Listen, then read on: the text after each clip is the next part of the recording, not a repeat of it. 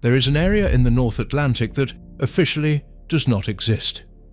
It does not appear on maps as a recognized entity. It has no borders defined by an international body, nor any distinct geographical status.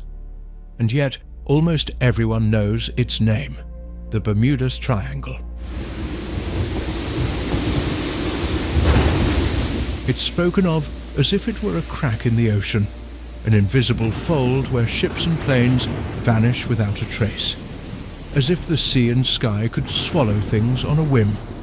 But the first thing the subject reveals, when examined calmly, is that the triangle isn't defined by precision, but by suggestion.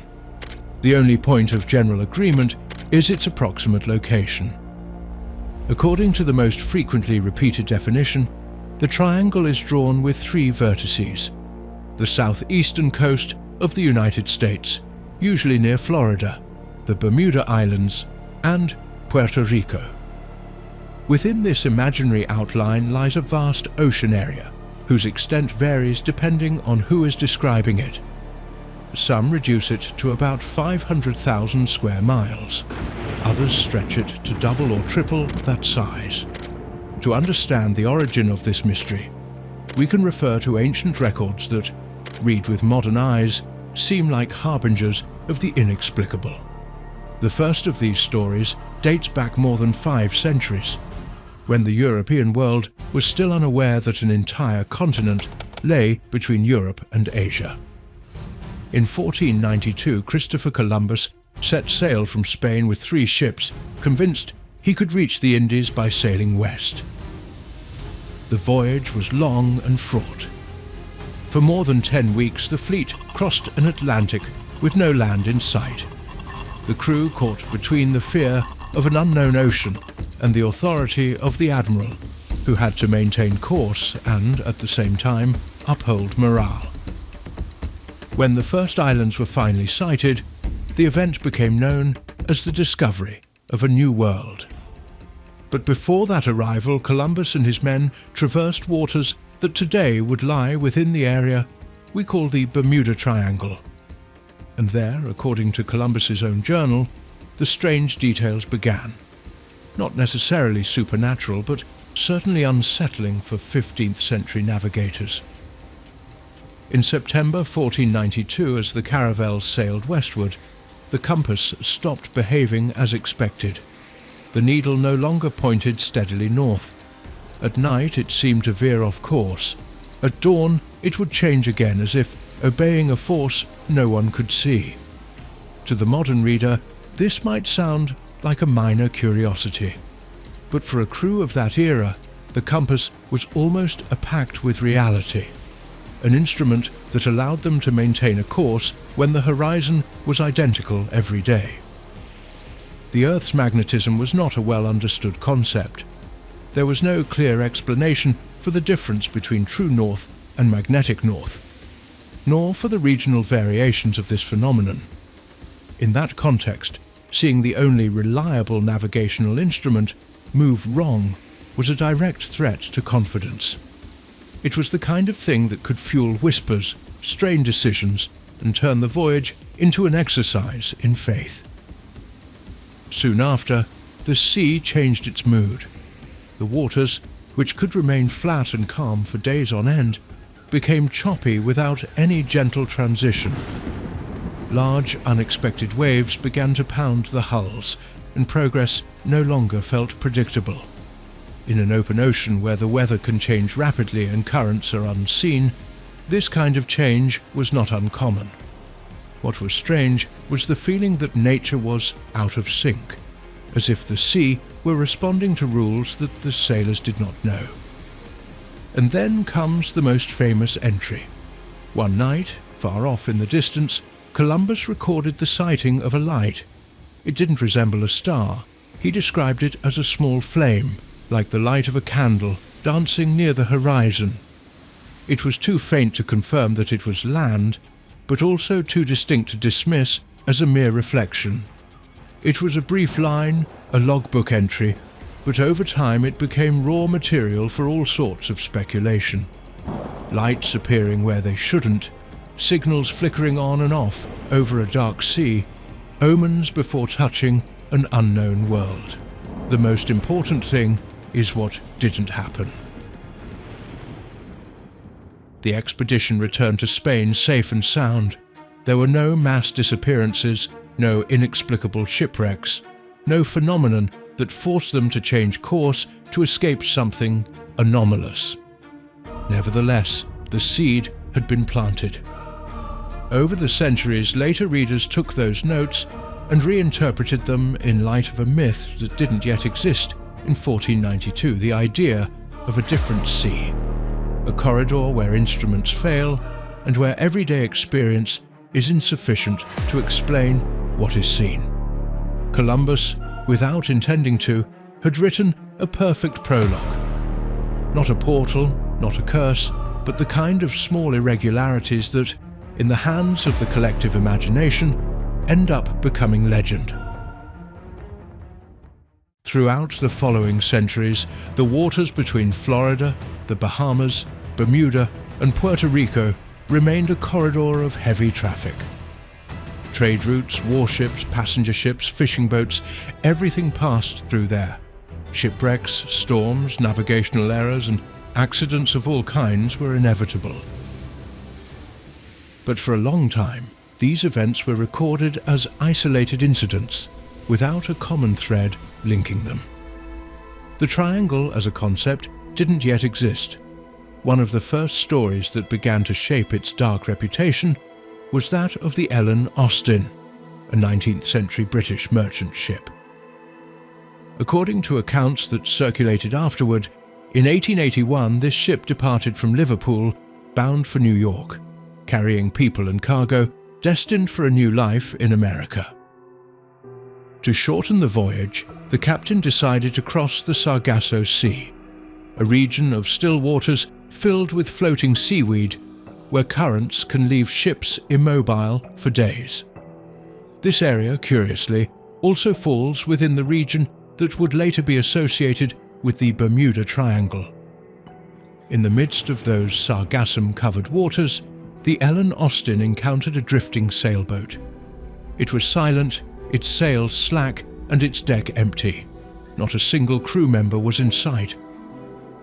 Upon boarding to inspect it, the sailors discovered something disconcerting. The hold was untouched, the cargo in perfect order, with no signs of a struggle or hasty abandonment. It was as if the crew had vanished into thin air, leaving behind a ship ready to sail, but orphaned of human hands. Rather than leave it there, the captain decided to try to bring it to New York. He assembled a crew from some of his best men, sent them aboard the ghost ship, and ordered both vessels to proceed side by side, one escorting the other. But according to the account, the sea was not inclined to cooperate. A violent storm erupted over the Sargasso Sea, separating the two vessels. Waves rose like walls, the wind howled, and for hours the Ellen Austin lost all visual contact with the other ship. When the storm finally subsided, the captain ordered a search of the horizon. After a while, he spotted the strange sailboat again in the distance. No one responded to the shouts from the deck. A group of sailors was sent to board it once more. What they found was, again, a deserted deck. The second crew that had been sent had also vanished completely. No blood, no signs of violence, no hastily written messages. Only silence, the cargo untouched, and emptiness. The story continues even further. Despite what had happened, the captain reportedly sent a third crew to the ship, and both continued their voyage. But after several nights sailing side by side, a thick fog descended upon the sea, completely enveloping both vessels. When the fog lifted, the sailing ship had vanished forever, taking the third crew and its entire cargo with it. No port ever recorded its arrival. Tales like this are pure fuel for the imagination. A ship without a crew, crews silently disappearing, storms, fog, a sea laden with motionless seaweed. It was inevitable that the story would become a classic of the unexplained. However, when the myth is compared with historical records, a crucial detail emerges. We know that a ship called the Ellen Austin existed, and that it sailed the route between Liverpool and New York. But the archives of Lloyd's of London, a key reference in marine insurance, record no extraordinary incidents on the 1881 voyage. In the documents, that journey is listed as routine, without any noteworthy events. What is well documented is another story, this time far more tragic and with real consequences for the United States Navy. In March 1918, the USS Cyclops, a massive Navy transport ship, set sail from Rio de Janeiro, bound for Baltimore. On board were more than 300 people and some 10,000 tons of manganese ore, crucial for steel production. It was a robust ship, modern for its time, fully equipped with communication systems. And yet, it vanished somewhere along its route, within the area that would later be dubbed the Bermuda Triangle. The Cyclops never sent a distress signal. It simply stopped responding. There was no last-minute message, no alert of structural damage. The ensuing search was one of the largest ever conducted in the Atlantic, but no wreckage, no lifeboats, no fuel slicks were found. Nothing. More than 300 people disappeared along with the ship, in what became the greatest loss of life suffered by the US Navy in a non-combat incident. President Woodrow Wilson himself summed up the helplessness of the time with a phrase that would become famous: "Only God and the sea know what happened to that ship." The disappearance of the USS Cyclops left a question hanging over the Atlantic. How could such a massive ship vanish without a trace? But for a time, that tragedy was filed away as an isolated case. More pieces were needed for the story of a cursed sea to begin to take shape. Those pieces would arrive decades later, not from the ocean's surface, but from the air.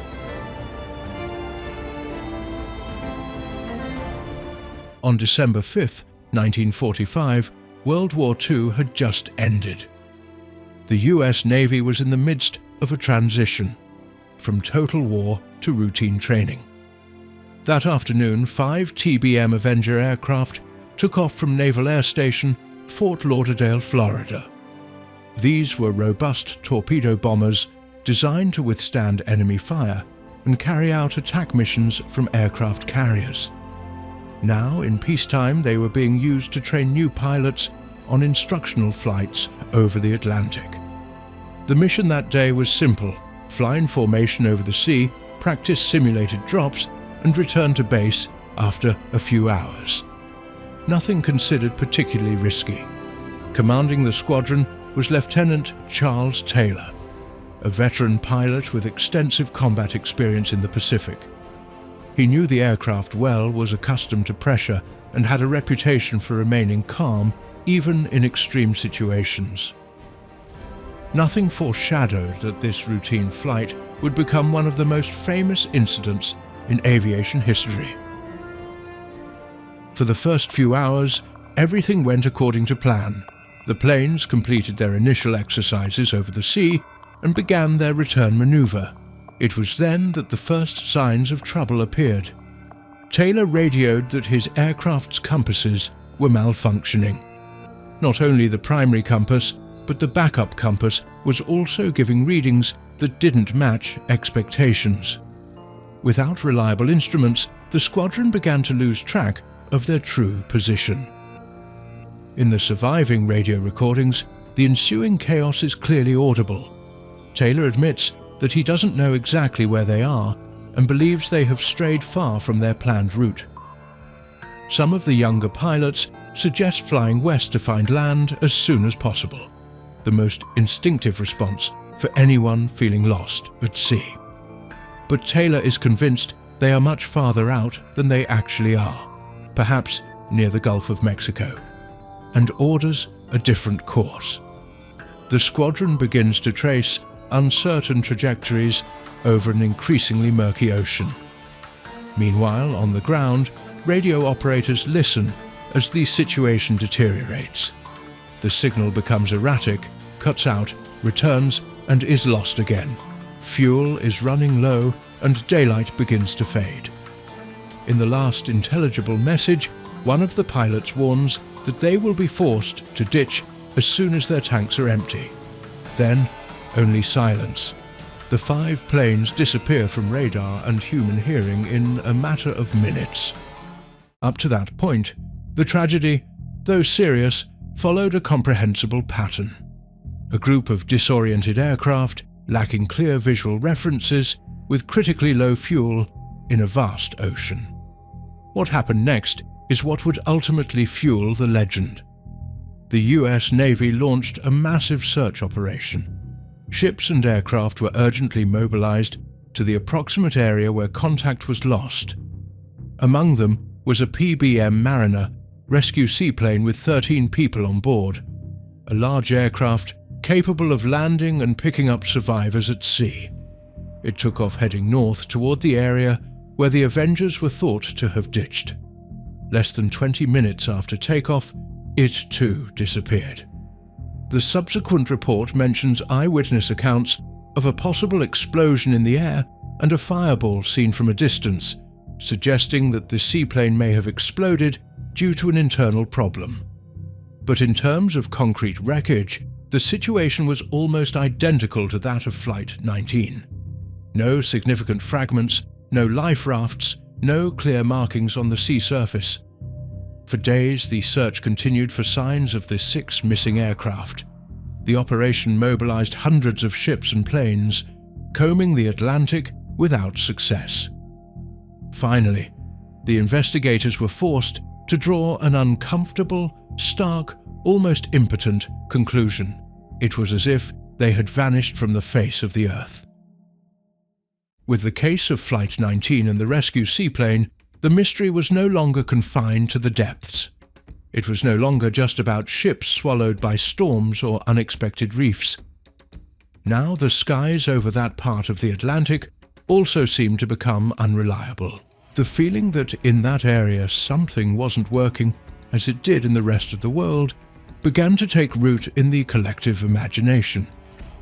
For a time, however, each accident continued to be treated in isolation. The episodes of Columbus and his wayward compasses, the story of the Ellen Austin, the disappearance of the Cyclops, the tragedy of Flight 19, other minor shipwrecks, planes lost in bad weather. All of that occupied separate files, scattered reports, notes in local newspapers. Someone was missing to connect the dots. That someone appeared in 1964. In the mid-60s, an American writer decided to draw a simple shape on a nautical map. 3 straight lines connecting Florida, Bermuda, and Puerto Rico. Inside that imaginary triangle, he placed a collection of cases. The Cyclops, Flight 19, ships that disappeared without a distress signal, planes that never reached their destination.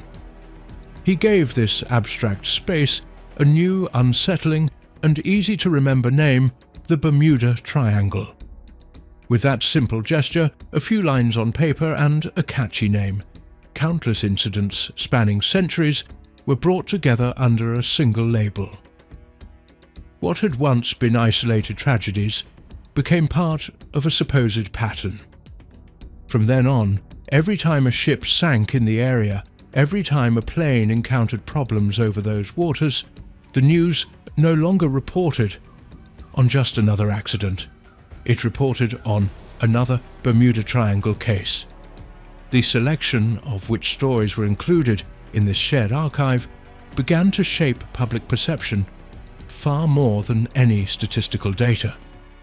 The era in which this concept emerged was no accident. The 1960s were fraught with tensions and new fascinations. The Cold War and the nuclear threat coexisted with the rise of space exploration, the first flights into outer space, and the race to the moon. At the same time, interest in UFOs, abductions, and paranormal phenomena was growing. It was a world oscillating between confidence in technology and fear of the unknown.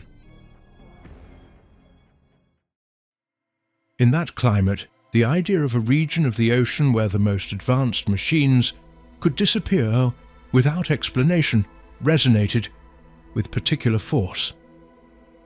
One of the most frequently repeated elements in stories about the triangle is the strange behavior of the compass. From Columbus onward, many accounts insist that in this region the instrument stops pointing north, spins uncontrollably, or indicates impossible directions. Based on this, the idea of an anomalous magnetic field was built, as if some mysterious force existed beneath the ocean capable of altering the laws of physics. However, when this point is analysed rigorously, the explanation is much simpler and, above all, much less fantastical. The compass needle does not point to geographic north, but to the Earth's magnetic north. This magnetic north is not fixed. It shifts over time and generates measurable differences in every location on the planet. The angular separation between geographic and magnetic north is called magnetic declination.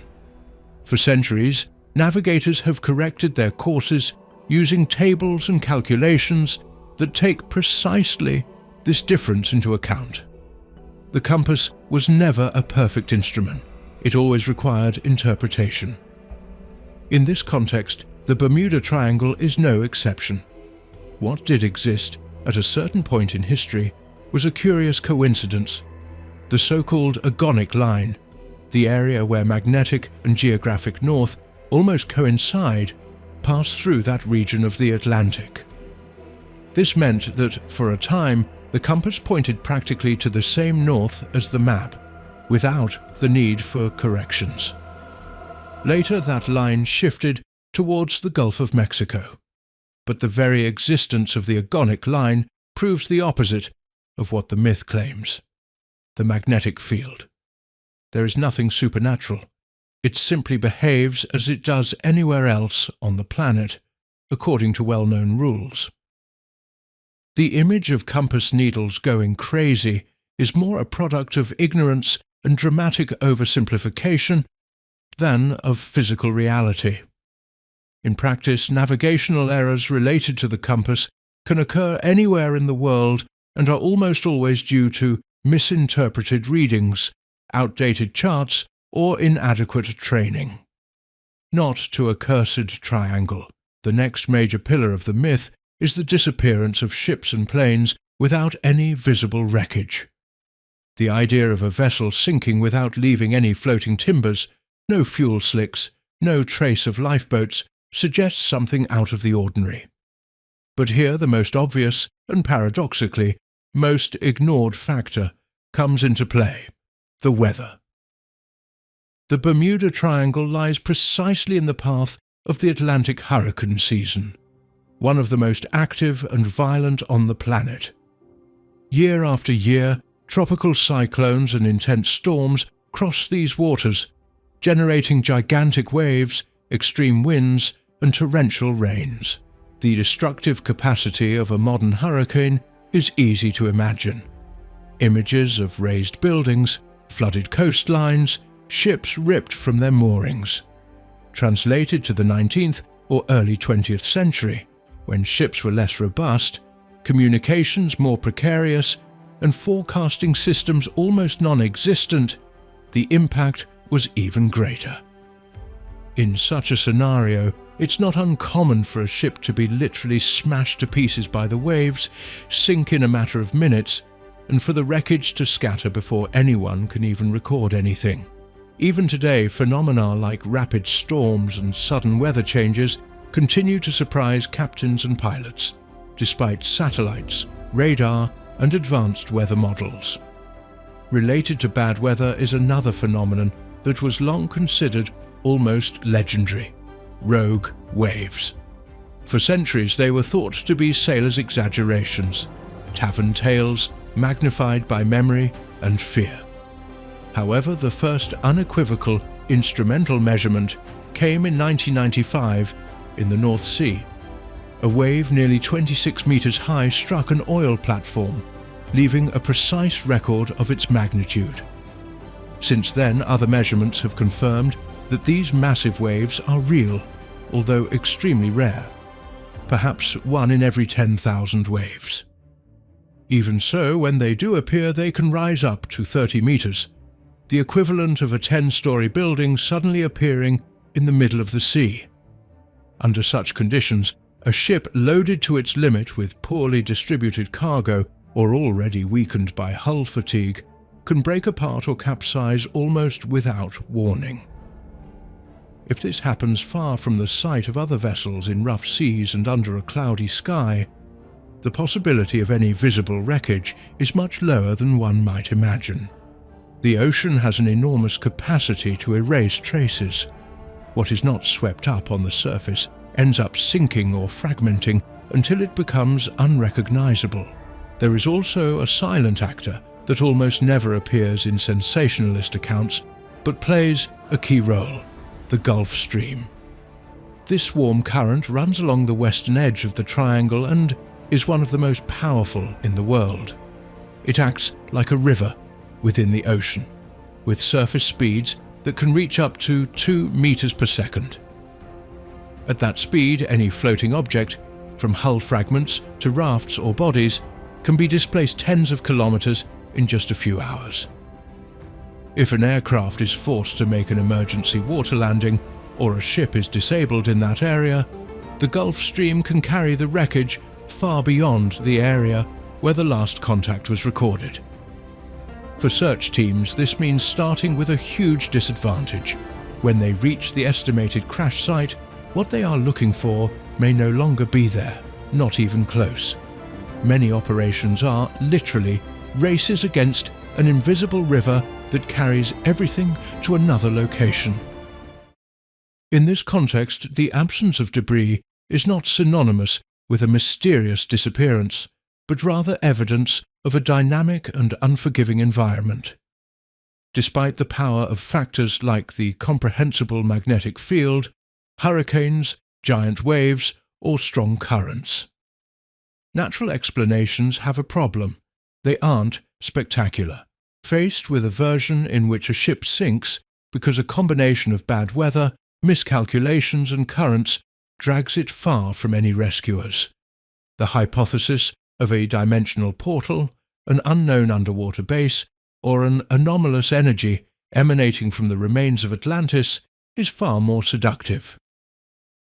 This asymmetry between what is true and what is appealing explains why. For decades, extraordinary versions received far more attention than technical reports. When science finally debunks the myth, the mystery doesn't disappear entirely. It simply shifts. It's no longer so much in the waters between Florida, Bermuda, and Puerto Rico, but rather in the way the human mind clings to certain stories and overlooks others. Because once the data shows that there are no impossible magnetic fields, that the weather is brutal but understandable, and that the accident rate is similar to that of any busy road, an uncomfortable question remains. If all this has been known for decades, why does the Bermuda Triangle continue to be synonymous with mystery? Part of the answer lies in a very simple asymmetry. On one hand, there's the monotonous explanation: navigational errors, sudden storms, rare but real giant waves, currents capable of scattering debris in a matter of hours. On the other, there are the stories of portals between dimensions, underwater bases of lost civilizations, and ships that vanish as if swallowed by the earth. The former are cold, technical, demanding attention to details that don't produce powerful mental images. The latter are immediate, visual, and easily remembered. The Bermuda Triangle survived precisely in that space where the spectacular outweighs the verifiable. The historical context did the rest. In the 1960s and 70s, when a writer draws an imaginary region on a map, christens it with a disturbing name, and groups together under that label accidents scattered throughout the centuries, the world is already primed to believe that something different is happening there. It is the era of the Cold War, the Cuban Missile Crisis, and the fear of invisible forces operating in the shadows. The idea that there is a corner of the ocean that defies all explanation fits with a society accustomed to suspecting conspiracies and hidden threats. On this fertile ground emerge the books that transform the Triangle into a global phenomenon. Works that sell millions of copies, are translated into dozens of languages, and present the case as an unsolvable puzzle. But they aren't built on statistics or official reports. They rely on selected, embellished, and endlessly repeated accounts. Ghost ships that appear and disappear in the fog, planes that vanish from radar, fragmented radio messages that seem to foreshadow tragedy. Each chapter ends with a void, with a phrase like, "No one ever knew what happened." This open ending functions as an emotional hook and an invitation to fill in the gaps. The ocean, moreover, plays into the myth's hands. It's a perfect stage for everything that remains unseen. Unlike a mountain or a forest, the sea doesn't leave visible ruins for long. A metal hull can sink to depths of several thousand meters and become inaccessible to almost any technology. A powerful current can carry debris to a remote shore or scatter it until it's unrecognizable. The flat horizon, devoid of landmarks, transforms each disappearance into a kind of blur. There are no footprints, no marks on the ground, only an absence difficult to process. And the human mind detests emptiness. It prefers any explanation to accepting that sometimes there will be no complete answer. This impulse manifests itself in something very concrete: the tendency to connect disparate dots. For a long time, incidents in the area were considered isolated events. A ship lost here, a flight that doesn't return there, a compass giving strange readings at another time. Only when someone draws imaginary lines and groups all these elements under a single name does the feeling arise that a hidden pattern has been revealed. The mind doesn't quite accept the idea that multiple tragedies could simply be the sum of chance, harsh conditions, and unfortunate decisions. The pattern brings an illusion of order. It suggests that, if deciphered, perhaps it can be controlled. Added to this is another psychological factor: selective memory. Every time a ship or plane crosses the region, without incident, no book is written, no documentary is filmed. It's simply another journey in the vast statistics of global traffic. But when something goes wrong, when an accident is particularly dramatic, when the wreckage takes a long time to surface, that case is added to the list of proof that the Triangle is dangerous. Disaster stories pile up, while millions of routine journeys are forgotten. Over time, the narrative balance tips to one side, even though the actual balance of data remains unchanged. The media amplifies this process. A mysterious disappearance in the Atlantic makes the news.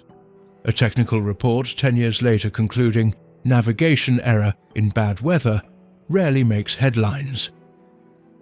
An article asking what's happening in the Bermuda Triangle generates more curiosity than one stating nothing out of the ordinary in the Bermuda Triangle, statistics conclude.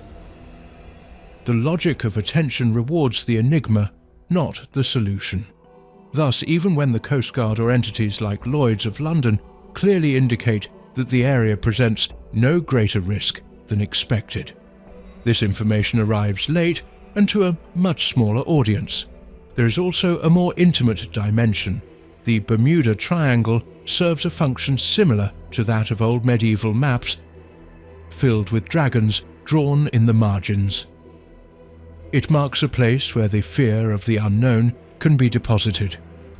In a world where almost everything has been mapped, where mountains have names and precise heights, and air routes are plotted down to the millimeter, it is almost comforting to think that there is still an area that resists explanation. Not because it is truly inexplicable, but because it represents the possibility that reality is stranger than it seems. Interestingly, accepting the scientific explanation of the triangle can be more unsettling than the myth itself. To say that the disappearances are due to a combination of human decisions, technical failures, and extreme weather implies acknowledging the vulnerability of the systems upon which thousands of lives depend.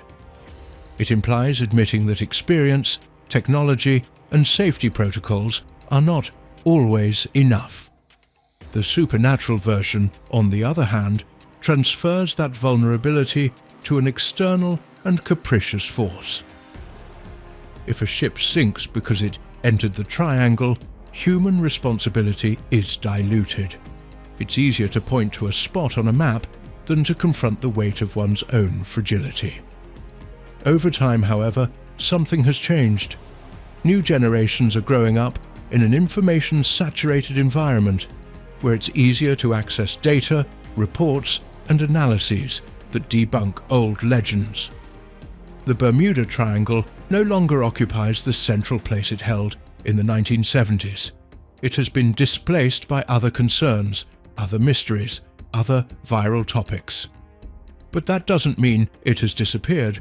It remains as a kind of cultural relic, an example of how any region of the planet can become synonymous with the inexplicable if the right context, the right stories, and the public's willingness to believe are combined.